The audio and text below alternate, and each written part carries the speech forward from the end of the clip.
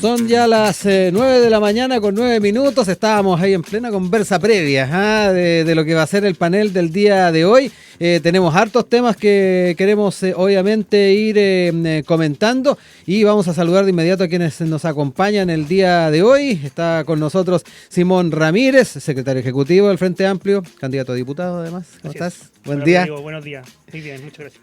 Gracias por acompañarnos, Simón. Y también está con nosotros Rodrigo Meléndez, investigador del programa de Política y Sociedad del Instituto Res Pública. Bienvenido también, Rodrigo, nuevamente a acompañarnos por acá. Muchas gracias, tocayo. Yo feliz también de estar acá. Oigan, vamos a ir de inmediato a tratar obviamente los temas propuestos, pero no quiero dejar pasar algo que ha estado en la agenda sin duda desde anoche, lo que fue este reportaje de Chilevisión Noticias, donde efectivamente se estuvo dando a conocer, planteando lo que está detrás de estos bots de los que se ha hablado bastante a propósito de la campaña presidencial. Para resumir, son usuarios que, aprovechando el anonimato de redes sociales, formaron grupos dedicados específicamente a perjudicar reputaciones políticas. Es lo que también trae a colación Biobío el día de hoy y que se pudo ver en este reportaje anoche. Uno de los casos más emblemáticos, y muchos lo recordarán, fue el de Evelyn Matei y esta falsa noticia de que padecía Alzheimer. Entre los líderes de los bots de odio aparecería el nombre de Patricio Góngora, director de Canal 13. Es parte de lo que dio cuenta Chilevisión en este reportaje, que mostró además las identidades detrás de las otras cuentas. El reportaje además expuso cómo operan estos grupos en las sombras de las plataformas digitales y además una abogada que prefirió mantener su identidad en reserva se infiltró en estos grupos de bots para un trabajo académico, creó una cuenta en X y expresó opiniones como si fuera de ultraderecha y tuvo acogida de alguna manera de quienes están detrás de estas redes. De alguna manera esto sin duda mueve bastante también el ámbito informativo y no quería dejar pasar también la oportunidad de preguntarles y saber cómo están también siguiendo este tema a la luz de toda la polémica que hubo en todo en esta situación de los bots y particularmente estas cómo se iban moviendo estas informaciones y particularmente lo que hay detrás de estas campañas. Simón, parto contigo para que me cuentes bien breve, de ahí tomaremos los otros temas, pero no quería dejar pasar esta información y particularmente este reportaje. Sí, muy importante y también importante que haya salido a la luz pública. Ya lo habíamos visto con la denuncia de esta campaña asquerosa que alguna vez Evelyn Matei puso sobre la mesa. Lamentablemente en esa ocasión, por al parecer indicación de los jefes de los empresarios y de algunos miembros de Chile Vamos, no quisieron avanzar en la querella, pero estaba en lo cierto y era un secreto a voces. Que el mundo republicano, el mundo que acompaña digitalmente y políticamente a la ultraderecha en Chile, utiliza las campañas de desinformación como una arma política también para poder generar daño y desinformación, valga la redundancia, en el debate. Me parece que es bueno que se haga público y la situación es muy grave.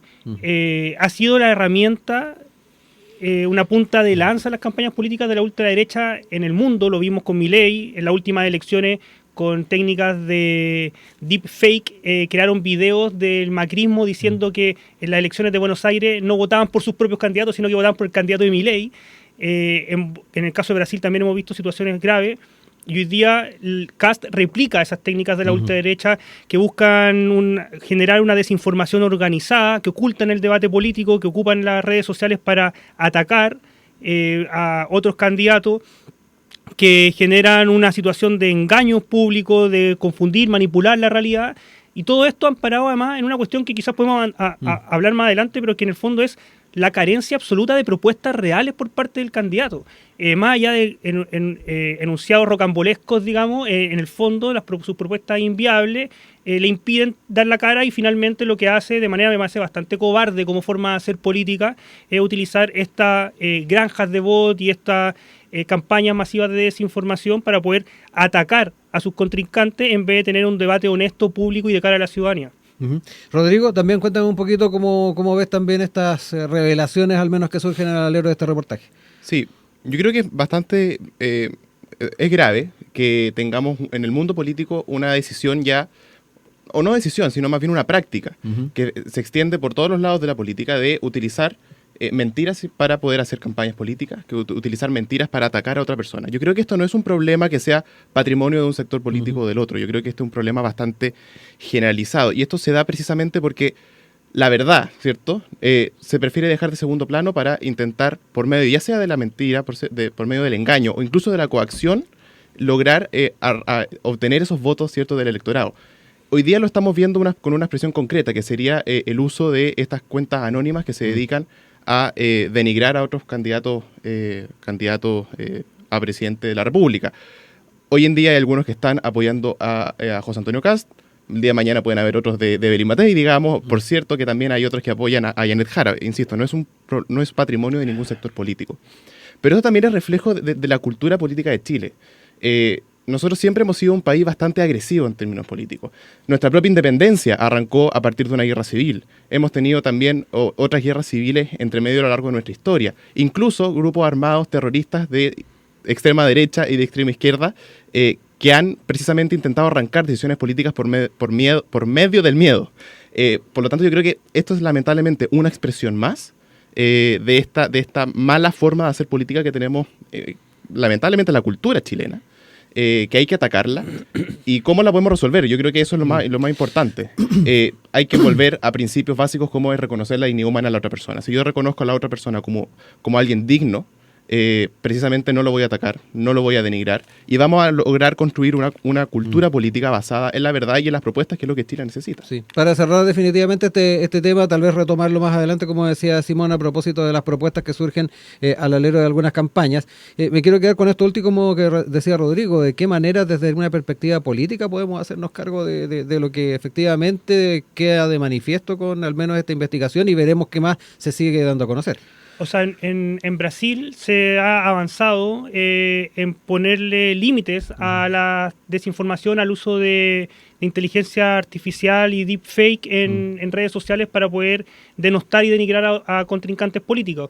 Parte del juicio de Bolsonaro, que hoy día lo tiene con una tobillera electrónica por intentar de generar un golpe de Estado que se tradujo en la invasión del Palacio Planalto y de todos los edificios que representaban los poderes del Estado en Brasilia, está asociado también a una campaña de fake news. Entonces, yo entiendo lo que dice Rodrigo, pero también me parece que no hay que taparse los ojos. O sea, acá hay una forma de hacer política de parte de una especie de derecha que ha tenido distintas expresiones, de la cual Kast ha querido hacer de Chile una sucursal de esta internacional de ultraderecha que tiene a Orbán en Hungría, que tiene a Trump en Estados Unidos, que tuvo a Bolsonaro, que tiene a Milei, etcétera. Está coordinado, que generan formas de hacer políticas similares, y que Kast ha ido replicando una a una esta forma, y dentro de ella la fake news y esta organización que pareciera una verdadera organización ilícita digital para generar coordinadamente estos mecanismos de desinformación no es algo que uno pueda decir simplemente está en todos lados. Hay una forma específica de hacer campañas políticas por la ultraderecha en Chile y en el mundo. Rodrigo, para cerrar al menos por particularmente este tema ahora. Sí, si es por mentiras políticas, la izquierda tampoco es ajena a esto. Recordemos que a Sebastián Piñera le inventaron el centro de tortura de Baquedano, gente de tu sector, Simón. Y está más que comprobado que eso no existe. Las causas contra derechos humanos, también en contra del presidente Piñera, también están hoy día cerradas, precisamente por lo mismo, porque son mentiras que se van instalando en el debate público. Y yo no quiero andar apuntando con el dedo, yo quiero ir al problema de fondo, y es precisamente esa forma de hacer política, que además yo estudié en la Universidad Católica. Nosotros vemos precisamente con mucha fuerza dentro de los movimientos universitarios. Es la Católica lo que es el NAU y los otros movimientos también de izquierda. Aquí también en Lusach se puede ver que la gente de derecha se ve precisamente atacada por esta forma de hacer política que muchas veces incentivada por la izquierda es muy nociva. Y claro, hoy en día lo estamos viendo en una campaña que se está destapando un escándalo desde un sector de derecha, algunos, pocos de derecha. Pero eso es algo transversal que ocurre en todos los sectores, y eso es lo que tenemos que atacar precisamente. Esta forma de hacer política que lamentablemente está muy avalada por todos lados.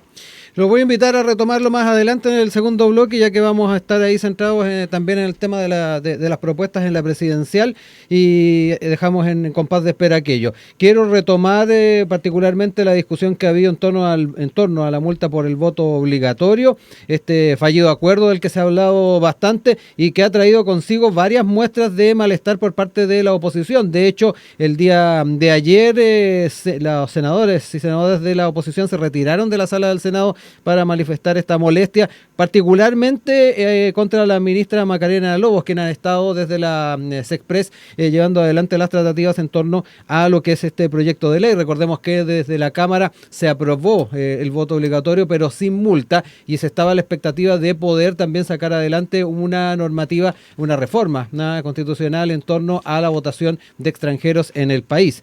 Es parte de lo que estaba detrás y de lo que se alude por parte de la oposición, por ello también hay cierto malestar, y en ese sentido va a ser importante el que podamos ir analizando los alcances de lo que es obviamente este tema, y particularmente cómo esto puede ir afectando el trámite que se viene en el Senado, donde se espera ir no solamente recomponiendo ciertos elementos del proyecto, sino que finalmente llegar a los acuerdos que se habían planteado en principio. Quiero ir de inmediato con ustedes. Simón, cuéntame un poquito cómo también has estado siguiendo este tema.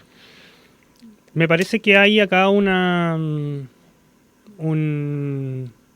sobrereacción de que fue el presidente de la Cámara que desahució un posible acuerdo. Creo que también se ha planteado de forma equívoca lo que finalmente resulta, porque se plantea simplemente como si el trámite legislativo ya se hubiese acabado, que es que se aprueba el voto obligatorio sin multa. El Frente Amplio, desde que se votó el voto obligatorio, siempre ha estado a favor del voto obligatorio, y nos parece que lo que se ha planteado acá es una cuestión bien simple.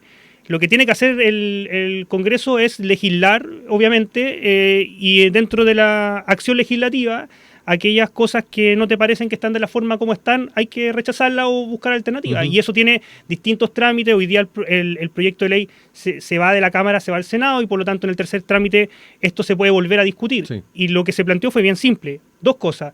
Uno, en la propuesta de ley, así como venía del proyecto de ley, solo se hablaba de la multa para los votantes chilenos, mientras que lo que se plantea en la Constitución es que esto es para votantes chilenos y votantes extranjeros, y por lo tanto eso abre necesariamente, o no necesariamente, pero abre la cuestión del voto extranjero, y por eso ha estado de la mano esta discusión.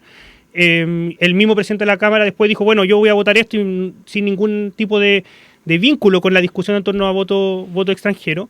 Y lo segundo que se planteó es, concordamos con que la multa por ir a votar sea casi la mitad de un sueldo mínimo. Nos parece que eso se transforma de un incentivo o una multa a realmente un castigo, cuando el problema que tenemos del voto obligatorio y cómo comprometemos a la ciudadanía no es Ayer escuchaba la entrevista a la diputada Lorena Frie, y el periodista le decía, bueno, partió así este es el presupuesto de su pregunta. Era como, bueno, cuando uno es chico y se porta mal, los papás te mandan a la pieza, te dejan sin tele y sin PlayStation. Bueno, la gracia de la ciudadanía y la república es que tratamos a los votantes como mayores de edad, y por lo tanto hay un compromiso y una responsabilidad también de la sociedad de poder incentivar la votación, al mismo tiempo que es un deber. O sea, está esta mezcla de ser derecho y deber, y por lo tanto no tiene sentido tratar a los ciudadanos, a los electores, como se trataba supuestamente a un niño, y por lo tanto, efectivamente, el ejemplo que ponía el periodista es muy bueno, porque lo que está diciendo, el Estado debiese castigar a las personas, no incentivar. Y ahí yo creo que lo que hemos dicho no nos parece que sea la mitad de un sueldo mínimo. Ahora el Senado tiene que reponer el monto. Rodrigo, también cuéntame un poquito cuál es tu perspectiva de cómo se ha estado dando la discusión en la Cámara, las señales que se están dando en el Senado, y particularmente los escenarios que se pueden ir configurando en torno a la multa. Ahí bien recordaba Simón de que hay diferencias en torno a los montos, pero también lo que vaya acompañado en torno a lo que es el voto de los extranjeros en el país. Sí. Mira, esos son dos temas distintos, por lo tanto me voy a referir a los dos, pero primero, el voto obligatorio para chilenos, digamos. Si el voto es obligatorio, tiene que tener una consecuencia el no ir a votar. Eso me parece que de perogrullo, y cualquiera se da cuenta que así tiene que ser. Y la forma más razonable de que esa sanción se materialice de alguna forma es por medio de una multa. Me parece a mí que sería ya gravísimo un arresto de una noche, por ejemplo, por el hecho de no votar. Yo creo que ahí podemos estar de acuerdo con Simón. O sea, una desproporción gigantesca. Por lo tanto, el tema es cuánto va a ser la multa. A mí me parece bien los montos que han sido propuestos desde la derecha, porque la multa tiene que ser de tal magnitud que incentive precisamente a esa persona a cumplir con la ley, a ir a votar a ese momento. Simón decía que era la mitad de un sueldo mínimo. Bueno, recordemos que en pandemia, por ejemplo, las personas, por salir de los departamentos de 30, 40, 50 metros cuadrados entre 1, 2, 3 personas, por salir sin un permiso, sin el permiso de la comisaría virtual, tenían multas millonarias. Lo mismo en el caso de las personas que quieran ir a misa, que quieran salir a pasear con su perro, sin tener un permiso del Estado. Por lo tanto, a mí me parece que el tema de las multas, si vamos a criticar el monto de la multa, yo creo que hoy día es un poco tarde. Los montos de las multas los tuvimos que haber empezado a discutir hace tiempo atrás. Y el mismo problema de las contribuciones, por ejemplo. Las personas, los adultos mayores que no pueden pagar las contribuciones también tienen una sanción, y es que el Estado remata la propiedad para pagar el impuesto. Y las soluciones que se han intentado dar a esta problemática desde el mundo de la izquierda son mala suerte. Tiene que pagar el impuesto, si no la sanción es clara. Por lo tanto, a mí me parece hipócrita el hecho de estar con tantos otros problemas donde la esencia es el mismo, ¿cierto? Que las personas no pueden pagar algo y que tiene una afectación a su propia vida, a su propia calidad de vida en este caso, y al mismo tiempo estar diciendo que la multa para votar es muy alta, sería la mitad del sueldo mínimo. La solución es sencilla: si no quiere pagar la multa, hay que ir a votar. Me parece que es bastante evidente en ese caso, y la ley está para cumplirse, y si no, hay sanciones. Y en el caso del voto de los extranjeros, yo en lo personal estoy de acuerdo que hay que restringir el voto de los extranjeros. Me parece que los destinos de la nación deben ser decididos por el pueblo chileno, y los extranjeros deben someterse a este proceso de nacionalización para que puedan votar. También es cierto que modificar las normas de una elección a 2-3 meses del momento de votar me parece que es irresponsable, y por lo tanto es verdad que estamos en un problema de hay una norma que no queremos, pero que no podemos ser tan irresponsables para cambiarla a última hora. Porque además trae consigo una serie de problemas: modificar el padrón electoral, que ya está establecido, al menos en su forma provisoria. Sí. Entonces, hay toda una serie de procesos que se verían alterados y que ponen en riesgo poder celebrar esa elección. Pero aquí también, y dado que el acuerdo se cayó, al menos parte de la izquierda dice que se cayó por las declaraciones del presidente de la Cámara de Diputados, de que él no está de acuerdo con esta reforma electoral, me parece que el mismo problema de la izquierda, en el caso puntual de él, que están viendo la elección con calculadora en mano, en lugar de qué es lo que se tiene que hacer. La izquierda está viendo la calculadora porque no quiere que el voto sea obligatorio, dado que encuestas como la de el panel ciudadano claramente dicen que el votante obligado está más con candidatos de derecha, y en este caso el presidente de la Cámara también estará con la calculadora en mano, porque él tiene esa sensación, que parece ser mayoritaria, que es que los extranjeros estarían votando también más por la derecha. Así que me parece que es una irresponsabilidad de ambos lados en este caso. ¿Simón? Sí, no quiero dejar pasar lo de las contribuciones, porque hoy día ya de partida hay formas de exención del pago de las contribuciones para personas de mayores de 65 años bajo ciertos niveles de ingreso, y hay una discusión que el oficialismo y el gobierno se ha mostrado siempre abierto a poder revisar el pago de contribuciones de personas mayores bajo ciertos niveles de ingreso. Que, digámoslo, en la totalidad del pago de contribuciones, las personas que hoy día tienen esa situación y se ven obligadas a pagar contribuciones están en el margen, ¿ya? Entonces, también esto es un poco de una falacia, que es transformar un problema que está en el margen en un problema que fuese el general. El problema, la situación general de las contribuciones no es esa. La situación general de las contribuciones están concentradas en los sectores de alto ingreso, y los sectores de bajo ingreso tienen una muy baja, o las comunas muy bajo ingresos tienen una muy baja concentración de pago de obligatoriedad de pago de contribuciones, y además, a propósito de eso mismo, se transforma en un porcentaje muy importante del Fondo Común Municipal y de lo que se le reparte a las comunas de menor ingreso. Entonces, creo que tomar la parte por el todo, que es una falacia típica que se ocupa también mucho en política, creo no corresponde y no es la situación real. Entonces, hablar del pago de contribuciones a personas mayores de bajo ingreso, hablemoslo. Y eso es muy distinto a utilizar eso para poder querer eliminar las contribuciones, que es el debate que se ha abierto. Yo comparto lo que decía Rodrigo en términos generales. O sea, a mí me parece que la reforma, acá hay dos reformas que han estado muy mal tramitadas, y esto también partió, y me parece que fue mal trabajado en el Senado. Si el problema que llega a la Cámara es que llega un mal proyecto en esta materia, que empieza a discutir estos temas justamente meses antes de las elecciones. Sí. Y creo que es muy probable que finalmente, ojalá esto avance después en el Senado. Tiene mucho que ver con cómo se lo tomen los mismos senadores en términos de la multa, de qué pasa con el voto migrante, porque inevitablemente se va a abrir el debate. O sea, cuando la parte de lo que se plantea es que en la Cámara no se incorporaba la multa a los migrantes, sin embargo la Constitución obliga a que las personas migrantes voten, esa discusión se va a abrir, porque incluso podría tener vicios de inconstitucionalidad en su forma actual. Entonces, ¿con calculadora eso sí? Yo creo que es inevitable que eso está sobre la mesa, de lado y lado. Y porque hay antecedentes ciertos del peso del voto migrante hoy día y de su tendencia a votar a la derecha. Entonces, la verdad no sé muy bien cuál va. Ayer el senador Buenchumilla decía, no pierdo el sueño porque esto se resuelva. Es lamentable porque efectivamente está establecido en la Constitución y es el Congreso como órgano completo el que no ha sido capaz de darle respuesta a este mandato constitucional, pero me parece que Chile tiene que darse el tiempo de discutir con calma los aspectos del sistema electoral. La participación de los migrantes, nosotros somos de la idea de que también hay que aumentar los requisitos para poder elegir al presidente o a la presidenta, y también otra serie de elementos que hoy día a mí me parece que han estado muy enfocados en el asunto de la fragmentación política, pero sin castigar lo suficiente la fragmentación política en el Congreso, que es donde realmente ocurre. Cuando se habla de los 20 y tantos partidos que existen, son puras fragmentaciones de partidos que estaban en el Congreso, no que ocurrieron en la sociedad. Entonces, y también de vincular la sociedad con la política de una manera un poco más activa, que yo creo que ahí está el problema real, que es un problema de representación. Pero esa discusión hay que darla con calma. Creo que en el próximo ciclo parlamentario tenemos una muy buena alternativa, una buena oportunidad para hacerlo, porque tenemos un periodo largo sin elecciones y por lo tanto discutir sobre cómo mejoramos la representación política, incorporamos y superamos la desafección o contribuimos a superar la desafección política es muy importante y hay espacio para hacerlo de manera más calmada. Rodrigo, te dejo también ahí espacio para hacer los apuntes necesarios. Sí, primero, una réplica de las contribuciones. Sí. Es un problema que no solamente afecta a los adultos mayores, lo utilicé porque es el ejemplo más claro, pero la carga tributaria de las contribuciones es desproporcionada a los ingresos de las personas, es solamente un impuesto patrimonial por el valor de la casa y que no necesariamente se condiciona ni siquiera con las mismas características de la construcción. Yo soy de Rancagua y Rancagua, ustedes sabrán, está el teniente, y hubo sectores enteros de la ciudad que fueron construidos cuando la gente bajó de Súbel, desde arriba de la mina, hacia Rancagua. El Plan Valle, que se denominó en su minuto.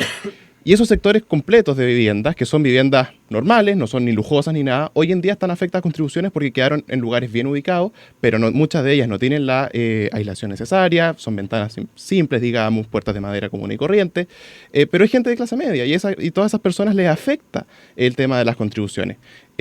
Por lo tanto, claro, usé el ejemplo de los adultos mayores, porque es el más palpable, pero esto es un problema que afecta a todos. Yo creo que en tu distrito, Simón, también te va a tocar mucho recorrer las comunas y darte cuenta de lo mismo, de personas que se ven afectadas con las contribuciones, y un miedo real, miedo a que te quiten la casa, el lugar donde tú vives, donde tú creces con tu familia. Por lo tanto, no me parece que es bueno bajarle el perfil. Y en ese caso puntual, ¿cómo solucionas el tema del fondo común? Con transferencia del Estado. Es la mejor forma y la forma más justa, por lo demás, de poder seguir financiando a las comunas más pobres de este país que no tienen tantos ingresos, porque la injusticia se da en que tú tienes un sistema de ingresos municipales que depende de la cantidad de empresas que estén, de dónde están constituidas. A mí me parece que es impresentable que en Las Condes sea la comuna que más ingresos municipales tiene, solamente porque hoy en día ahí es donde está Sanhattan. Y eso es problema de cómo está diseñado el fondo común y eso se puede solucionar. Y volviendo al tema de la multa, comparto que es impresentable que estemos cambiando estas normas a última hora, es verdad, y ya lo dije antes. Pero también es impresentable tener un voto obligatorio y un sector político que no quiera votar la multa por otros motivos. Si se llegó a un acuerdo de que se iban a ver los dos temas por separado, hay que verlos por separado. Y lo que haya dicho el presidente, como dije, el presidente de la Cámara, con calculadora en mano, estamos de acuerdo en eso, no puede entrar a condicionar la multa al voto obligatorio porque si acordamos que son temas distintos, entonces hay que verlos de forma distinta. Una cosa es avanzar en la multa para las elecciones de este año y otra cosa son las eventuales modificaciones que podamos hacer respecto a los requisitos para que los extranjeros, por supuesto extranjeros legales en Chile, puedan acceder al voto. Son dos discusiones que deben ir por separado y que es la única forma además de dar mandato constitucional, de cumplir el mandato constitucional, de que exista un voto obligatorio realmente en Chile, al menos respecto de los chilenos. 9:38, retomamos nuestro panel del día de hoy, junto a Rodrigo Meléndez, investigador del programa de Política y Sociedad del Instituto Res Pública, y también con Simón Ramírez, secretario ejecutivo del Frente Amplio, candidato a diputado por el Distrito 12. Y nos vamos a los temas vinculados a la presidencial y particularmente el foco que se ha hecho a las propuestas programáticas de José Antonio Kast. En su momento fue el Chao Préstamo, sigue siendo obviamente un tema a discusión, también particularmente por los alcances previsionales que están detrás, pero además EMOL destacó también otro tema que podría ir generando algún tipo de inquietud, que es este fin a las remesas ilegales, los montos que se envían al exterior y el impacto que podría tener esta propuesta de Kast. Según EMOL, expertos y comunidades de migrantes advierten que la medida económica del abanderado republicano podría traer más efectos colaterales que soluciones. Es parte, ¿no?, de lo que trae esta propuesta. De acuerdo al programa, los extranjeros sin residencia no podrán enviar dinero fuera del país. Las remesas serán bloqueadas hasta que acrediten su estatus migratorio. Y se trata de una medida que ya ha circulado en la esfera política, ha sido planteado por parlamentarios de distinto color político, dicho sea de paso, y que queremos también ponerlo sobre la mesa el día de hoy para ir hablando del alcance que pueden tener también este tipo de propuestas. Rodrigo, parto contigo ahora. Sí. A mí me parece que la propuesta de José Antonio Kast sobre limitar las remesas que son efectuadas por inmigrantes legales en Chile, no, yo creo que ellos saben que esto no va a significar que los inmigrantes que hoy en día están en Chile se vayan. Aquí es evidente que simplemente pueden intentar buscar otro mecanismo para poder enviarlas, digamos, como ocurre con cualquier tipo de prohibición estatal. Nosotros somos los primeros en denunciar las prohibiciones del Estado, que siempre se encuentra una forma de poder vulnerarlas, sobre todo en este país, que echa la ley, echa la trampa por lo demás. Pero yo creo que ellos no son tan ingenuos como para pensar eso.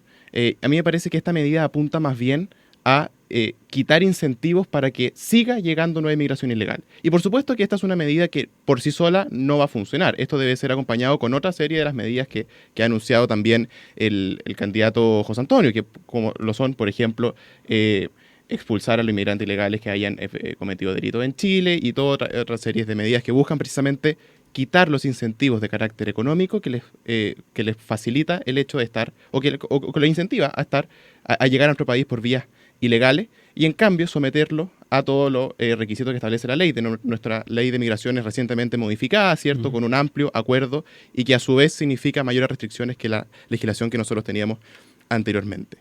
Y por otro lado, yo quiero hacer hincapié en una de las alertas que aparece en esa misma noticia de MOL, que hacen también las organizaciones de extranjeros en Chile. Y es que estas otras formas alternativas que podrían surgir podrían ser de la mano del crimen organizado y del narcotráfico. Lo cierto es que si el crimen organizado o el narcotráfico tienen asidero en nuestro país, no es porque si se puede o no enviar remesas por un grupo de personas o no. Eso se produce por una falta del uso del poder del Estado. Nosotros tenemos en Chile un grave problema de que el Estado tiene todas las atribuciones legales para poder enfrentar estas crisis de seguridad que tenemos, pero ninguna persona ha sido capaz de utilizarlas o de utilizarlas todas con todas las consecuencias de la ley. ¿Qué necesitamos en el fondo para solucionar este problema? De partida, un presidente que quiera utilizar sus atribuciones, y también un ministro de Seguridad que quiera también esté dispuesto a enfrentar a estos grupos terroristas o narcoterroristas a estas alturas, muchos de ellos. Y eso es lo que no hemos hecho en los últimos años. Nosotros hemos sido muy permisivos con nuestras fronteras, no hemos utilizado todos los requisitos, no hemos innovado tampoco en nuevos métodos para poder mantener digamos, las murallas de nuestro país firmes. Y eso es lo que necesitamos. Y también son medidas que, en este caso, tanto Kast como Matei, incluso algunas de ellas se las he leído a Janet Jara, que en un giro sorprendente de su campaña, con toda esta serie de medidas que buscan endurecer la entrada ilegal a Chile, claro que vamos a poder solucionar el problema. Por sí sola, esta medida, evidentemente, y nadie es tan ingenuo para creer que lo va a solucionar, pero sí junto con toda esta batería de propuestas, y en específico, el compromiso con el uso real del poder del Estado para mantener a los chilenos seguros.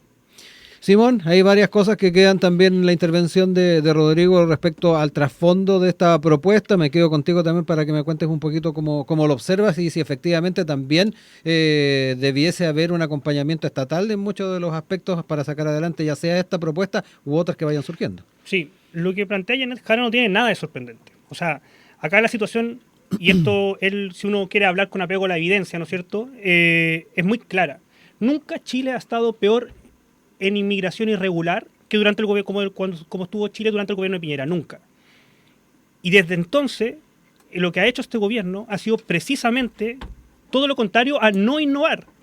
se ha innovado. Nunca se ha invertido tanto en fronteras como este gobierno, nunca se había puesto a disposición a las Fuerzas Armadas para poder resguardar la frontera, hemos alcanzado los acuerdos de reconducción con Bolivia, se ha disminuido a la mitad los ingresos irregulares. Entonces, la verdad es que la política de resguardo de la frontera nunca han habido tantas expulsiones judiciales y administrativas como durante el gobierno del presidente Boric. Entonces, el descalabro en materia de inmigración ilegal, irregular, fue durante el gobierno de Sebastián Piñera, donde la misma vocera de gobierno desde La Moneda salió a decir: vamos a recibir a toda la migración venezolana hasta que el país aguante. El presidente fue a Cúcuta, invitar a la gente a venir. Entonces, cuando hablamos de incentivos a la migración irregular, ahí hay incentivos a la migración irregular. Evidentemente, no poder enviar remesa no es un desincentivo, porque, como decía Rodrigo, esto se puede hacer de cualquier cosa, basta que el vecino la envíe. Y peor aún, lo que ha demostrado en otros lados, como muestra la misma organizaciones de migrantes, es que esto abre la puerta al involucramiento del crimen organizado en estas materias. Entonces, para mí, esta propuesta de José Antonio Kast es un ejemplo más del terraplanismo programático de José Antonio Kast, que ha sido la tónica durante toda esta campaña. Reducción del gasto social en 6.000 millones de dólares. Reducción del impuesto corporativo del 27% al 23%. Fin al pago de las contribuciones. Prohibir la remesa. Eliminación del seguro social y pagar y reemplazar ese pago a los jubilados con bonos del Estado, así con deuda. Cuando uno ve todo eso en conjunto, en realidad, y después le pregunta a José Antonio Kast, bueno, ¿cómo se va a hacer esto? Dice: no lo voy a mostrar. En verdad no lo puede mostrar porque no lo tiene. Son propuestas inviables, son propuestas extravagantes que buscan generar la movilización de ciertas pasiones en el electorado, pero que no tienen la capacidad de poder ejecutarse. Por lo tanto, lo que dice Kast, en serio, cuando uno ve estas propuestas en su conjunto, que constituyen verdaderamente terraplanismo programático, es decir, no estoy capacitado para gobernar. Porque para poder gobernar necesitamos propuestas que puedan ser viables. Y cuando uno dice, por ejemplo, miremos las propuestas económicas, vamos a reducir el impuesto corporativo del 27 al 23, vamos a disminuir el gasto del Estado en 6.000 millones de pesos. Además, vamos a endeudar el Estado para pagar el seguro social, que también vamos a eliminar. Cuando uno ve todo eso junto, no es posible. O sea, o Kast no entiende nada de economía, o le está mintiendo a la gente. Y creo que la propuesta de eliminar remesas va por la misma línea. Es una propuesta que suena bien, que es rimbombante, que no tiene ningún efecto, y de hecho puede tener un efecto pernicioso, que es el involucramiento en este tema de, por ejemplo, el crimen organizado, que es lo que decía Rodrigo. Uh-huh. Rodrigo, ¿contrapuntos? Sí. A mí me llama la atención que acá Simón hable de este terraplanismo programático en el caso puntual de José Antonio Kast, cuando primero muchas de estas propuestas no solamente son de un candidato, yo diría que son propuestas más bien patrimonio de la derecha, porque tanto él como Evelyn Matei encarnan en sus propuestas muchas de las visiones que nosotros queremos para las cosas que buscamos para el país. Uno son impuestos bajos. ¿Qué están proponiendo ambos candidatos? Reducción de los impuestos. Evidentemente que eso te genera un problema de presión fiscal sobre los distintos programas sociales que tú tienes. La solución es que, o otro problema adicional a ese, es que tú tienes muchos programas sociales mal evaluados que son en realidad solo un gastadero de plata. ¿Pero cuáles? Nunca lo han dicho. Está listado horizontal, no recuerdo si fue horizontal, o si no fue Tomás de la Maza del CEP, me parece, que hace un listado de muchas propuestas de programas mal evaluados que pueden ser eliminados. Ahí tú tienes una propuesta concreta desde el sector, como se suele llamar, de la derecha, donde tú puedes empezar a reducir estos programas. Por otro lado, quien dijo que hay que reducir, o quien hizo la propuesta de reducir el gasto fiscal en 7.000 millones de dólares, ¿sabes quién fue, Simón? El Consejo Fiscal Autónomo. ¿Tú crees que eso está lleno de terraplanistas, en este caso económico? Es evidente que Chile se lleva endeudando. Durante este gobierno hemos causado los niveles más altos de deuda desde al menos el 2008, cuando justo antes de la crisis subprime nosotros estábamos llegando a tener un superávit. Y hasta antes de eso la deuda económica, la deuda pública del Estado no había sido tan alta como hasta había sido hoy en día. ¿Y por qué estamos endeudándonos como Estado? Bueno, porque hemos estado creando muchos programas sociales que son carísimos. La gratuidad educacional, por ejemplo, es carísima en los términos que hoy está. La propuesta del FES, como la está proponiendo el gobierno, que el gobierno dice que va a ser más barato incluso para el Estado, pero tú ves a muchos expertos en educación, pero también expertos en las finanzas del Estado, que te dicen esto va a terminar siendo incluso más caro. ¿Por qué? Porque tú tienes hoy en día, y algo que nadie ha advertido, al menos públicamente, tú tienes universidades que hoy en día no están adscritas a la gratuidad, pero las limitaciones que tú le estás imponiendo a las universidades para ingresar al FES va a hacer que ellas también ingresen a la gratuidad porque son las mismas. limitaciones en términos de matrícula, limitaciones en términos que en definitiva se expresan en limitaciones a la libertad institucional, la libertad de poder establecer tu propio proyecto educativo, en este caso universitario. Ese ingreso de nuevos estudiantes, que muchos de ellos van a caber dentro de los requisitos para acceder a la gratuidad, va a significar un encarecimiento aún más de lo que el gobierno está calculando, y esos números no están sobre la mesa, al menos hoy por hoy. Y también en el caso del tema de la propuesta de José Antonio, el chao préstamo, que en su minuto Evelyn Matei también estuvo de acuerdo, hoy en día parece que se está diciendo un poco. ¿Acaso el préstamo de los trabajadores hacia el Estado no es tampoco un bono estatal? Ahí hay plata que el Estado está pidiendo prestada, solamente que en vez de hacerlo en los mercados financieros internacionales o incluso nacionales, es a los trabajadores. A mí en lo personal me parece que es de una tremenda injusticia que los trabajadores actuales deban prestarle plata al Estado para financiar las pensiones de los pensionados, digamos, de hoy en día. Eso es una injusticia generacional, digamos. Si el Estado quiere mejorar las pensiones de los adultos mayores, que me parece que está bien y me parece que es necesario, se tiene que hacer con recursos públicos, porque las políticas públicas del Estado se hacen con el presupuesto del Estado. Y el Estado tiene ingresos vía de impuestos, algunos otros chicos, puede vender terrenos fiscales, etcétera. Pero lo que es inaceptable es andar diciéndole a la gente, no, usted présteme plata, que después yo se la devuelvo en unas condiciones malas, y además con la inseguridad si es que ese préstamo efectivamente va a ser devuelto o no, porque la presión para no devolverlo es gigantesca. Un poco, y con esto termino, el famoso corralito en Argentina y la nacionalización de los fondos de pensiones. Argentina pasó algo que es parecido, rima, pero no es igual. Se expropiaron los fondos de pensiones privados de los trabajadores argentinos para financiar las pensiones por parte del Estado. ¿Qué ha ocurrido? Tienen una deuda pública gigantesca, al punto que ganó Javier Milei, una persona con la que en las formas yo no estoy de acuerdo, me parece que es muy loco y muy extrovertido, no me gusta su forma de hacer política, pero está haciendo lo que tiene que hacer, es nuestro Manuel Rengifo, sanear las cuentas del Estado para que, en definitiva, el Estado no quiebre y las personas puedan acceder a lo que necesita del Estado, que es seguridad, que es la creación de normas mínimas de convivencia y también poder acceder a estas prestaciones para quienes lo necesitan. Simón, ahí te dejo tiempo para ir hablando también de estos elementos que tienen que ver con la responsabilidad fiscal y que se ponen sobre la mesa a propósito de la campaña actual. Sí, yo creo que lo que hay de trasfondo en lo que plantea Rodrigo es una propuesta absolutamente ortodoxa en materia económica y en materia social, digamos, y de cómo se concibe el rol del Estado.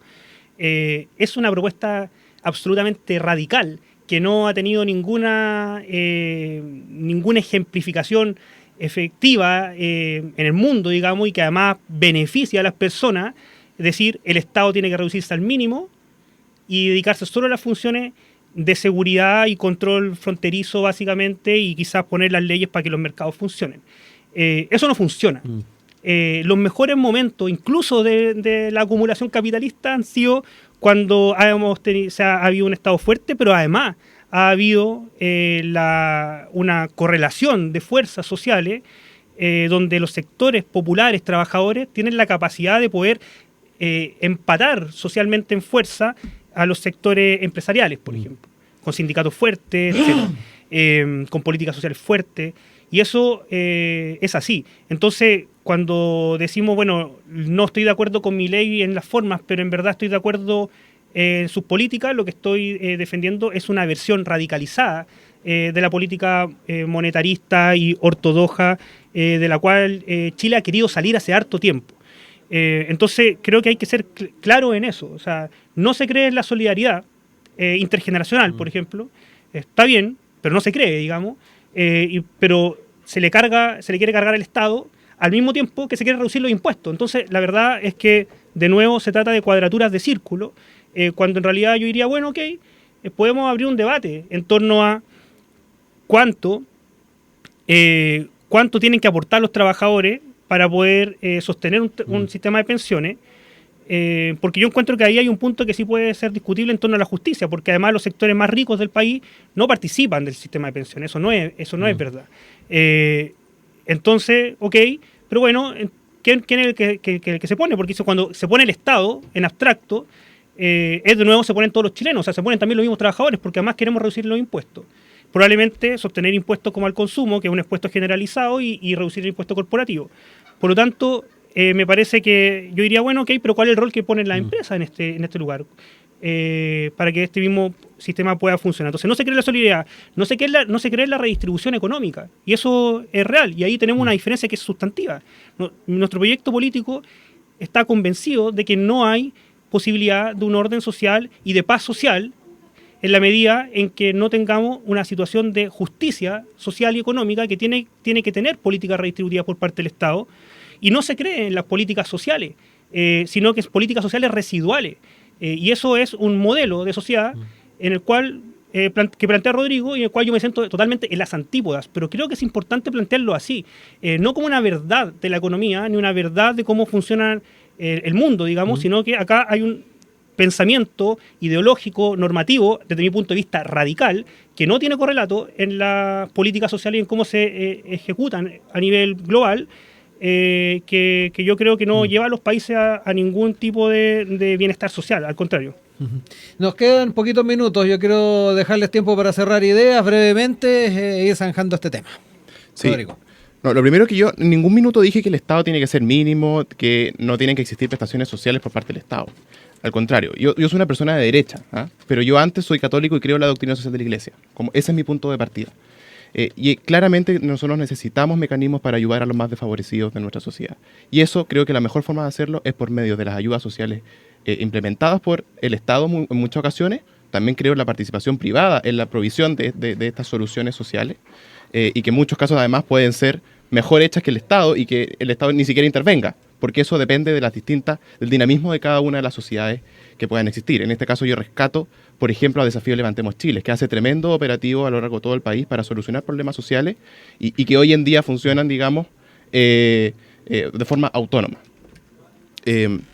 Y por otro lado, otro punto que yo también quiero ser bastante claro es que aquí los que no creen en una solidaridad intergeneracional no somos nosotros.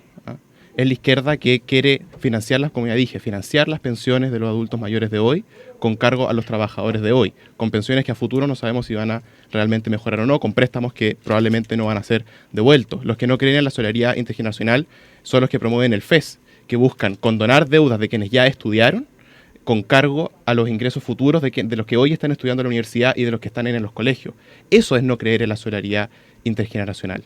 Nosotros, a mí no me gusta decir que somos solidarios, porque además suena feo, suena poco humilde, es un mal término quizás. Pero la mejor política solidaria, creo yo, que uno puede implementar es darle a las personas las herramientas para poder surgir adelante. Y aquellos que no puedan hacerlo, ahí tiene que venir no solo el Estado, y eso es una diferencia fundamental que tenemos, creo yo, entre la izquierda y la derecha.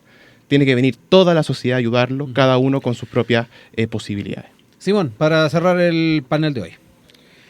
Sí, a mí me parece que eso es una entelequia, digamos, porque una cosa que está flotando en el aire pero que en verdad no tiene realidad. Cuando uno tiene una sociedad como la chilena, en la cual el 50% de las personas, la mitad de Chile, gana 650.000 pesos o menos, el 85-80% gana menos de 1 millón de pesos, estamos hablando de que no son las personas en el margen las desfavorecidas. Hay una estructura social completa que requiere de generar mecanismos redistributivos para que podamos acceder a bienestar. Hoy día la gente que gana esa cantidad de plata, que es el sueldo mínimo, que se subió históricamente durante este gobierno, y que aún así estamos lejos de poder alcanzar un estándar de salario que permita asegurar un vivir bien, son personas en general que en la mayoría de Chile esforzadas, trabajadoras, y que el país no le retribuye su esfuerzo. Lo que es hoy día Chile, no hay generación de riqueza en Chile que no sea también porque están los trabajadores evidentemente trabajando. Y eso el país no lo retribuye adecuadamente. Y esto es una situación generalizada, no es una situación residual, y por eso acá la diferencia sustantiva cuando hablamos de políticas sociales y de cómo generamos un modelo de desarrollo que no deje a nadie atrás y que efectivamente sea inclusivo. Pero eso no es una política de subsidiariedad, que es lo que ha predominado en los últimos 30 años en Chile. No están proponiendo nada novedoso. Eso es lo que ha sido la política social chilena. Hoy día lo que nosotros decimos es todo lo contrario. Bueno, esto ha fracasado. Hoy día ha generado conflictos sociales importantes y hay que avanzar a políticas más integradoras y más redistributivas, donde la riqueza efectivamente pueda alcanzar a la mayoría de los chilenos y las chilenas. Se nos acaba el tiempo. Rodrigo Meléndez, investigador del programa de Política y Sociedad del Instituto Res Pública, Simón Ramírez, secretario ejecutivo del Frente Amplio, candidato a diputado por el Distrito 12, nos han acompañado el día de hoy. Un abrazo, muchas gracias por haber compartido con nosotros estos temas.